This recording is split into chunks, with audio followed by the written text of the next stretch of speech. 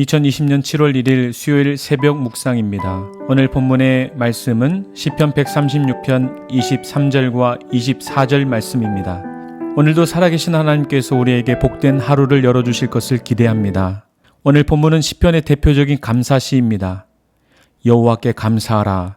그는 선하시며 그 인자하심이 영원함이로다. 시편 136편은 1절부터 26절까지 각 절마다 여호와께 감사하라. 그 인자하심이 영원함이로다 라고 감사의 대상과 내용을 분명히 고백하고 있습니다. 이 감사시를 보면 하나님께서 이스라엘에게 베푸신 은혜가 참으로 놀랍습니다.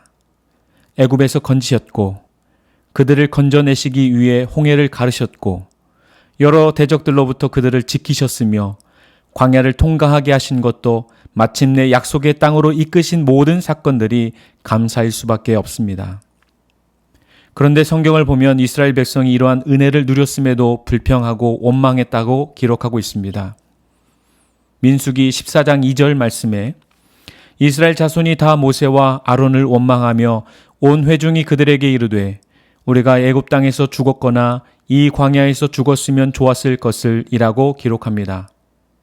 어찌 감사할 상황에서 불평하고 원망하고 있을까 그런 생각이 듭니다.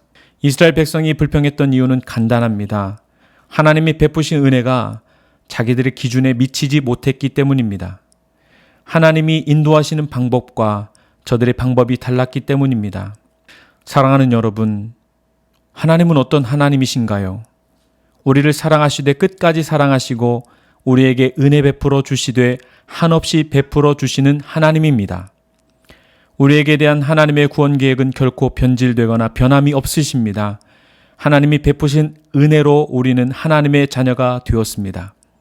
그런데 자기 기준에 맞지 않다고 불평하고 감사해야 할 조건이 다르다고 해서 원망하는 것은 결국 광야에서 죽음을 맞이한 이스라엘 백성과 다를 바가 없는 것입니다. 그러므로 결코 이스라엘 백성과 같이 원망과 불평하는 삶을 살아서는 안 되겠습니다. 우리의 삶이 결코 간단하지 않다는 것을 잘 압니다. 경제적인 문제, 질병의 문제, 가정의 문제 등 수없이 많은 문제들이 결코 쉬운 것이 하나도 없습니다.